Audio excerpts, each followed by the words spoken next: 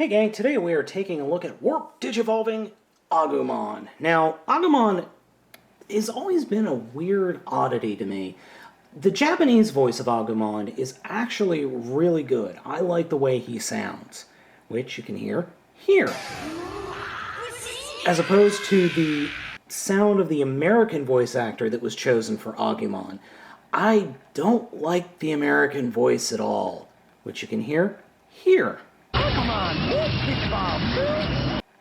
So overall, this is actually probably one of the best looking Agumon figures I've ever seen. Now, obviously the 3-inch figures are going to be looking a little more detailed, and there aren't going to be as many seam lines, and there aren't going to be folded up claws inside of his hands, but overall this is a really good looking Agumon mold.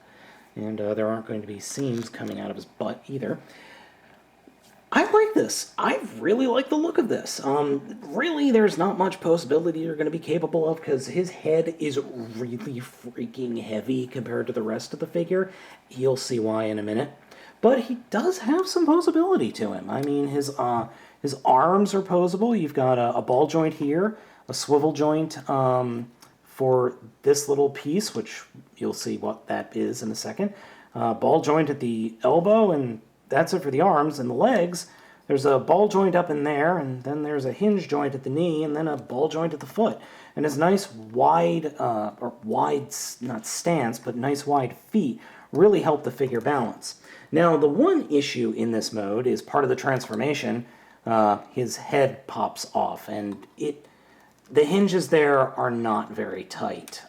There's supposed to be friction right up in here that holds it into place, and as long as you're not flipping the thing around, you're going to be okay.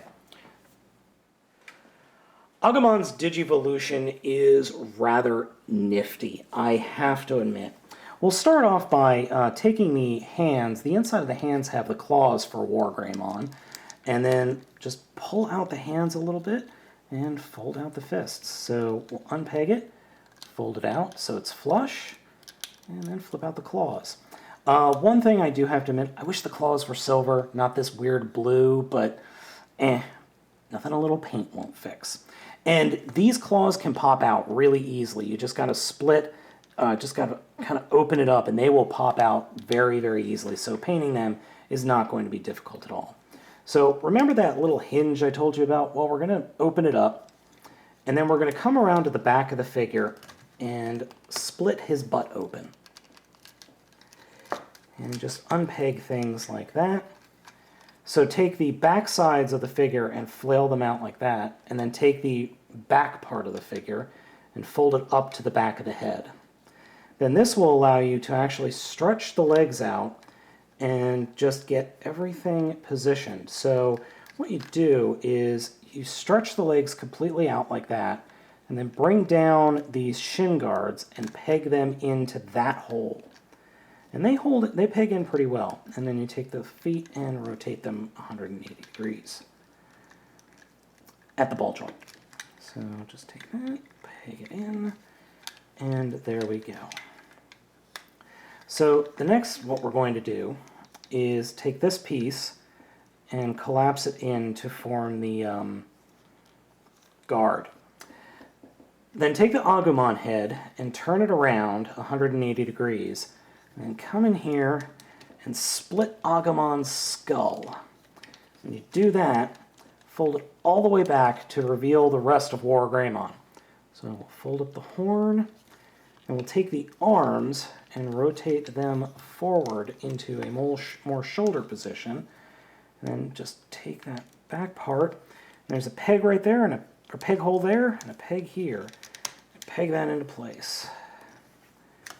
And just get everything situated. And put the shoulder pads on. And here we have WarGreymon. One thing I forgot to show you is take the butt flap and fold it up and peg it right in to form his back. And here we have WarGreymon. Now, WarGreymon is probably one of my favorite Digimon. He is just very, very cool. The only issue I have with this figure is the giant backpack that stares back at you. Other than that, I think this is a great figure.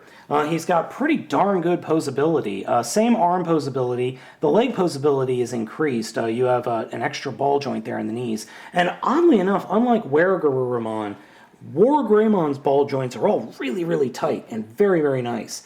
It's not a very big figure, but it is a very cool figure. And I like this guy a lot, and I think you should get it in your collection. Now, there is a WarGreymon, and then there is a Black WarGreymon. Both of them are warp digivolving figures, so either one is worth being in your collection. The black one looks pretty cool, I have to admit, but I like this one. I like the yellow, I like the coloring. My only complaint is, like I said, I really don't like Agumon's eyes being on the back there, but there's really not much you could do about it. Oh well. So, if you guys can pick this one up, I would definitely recommend it.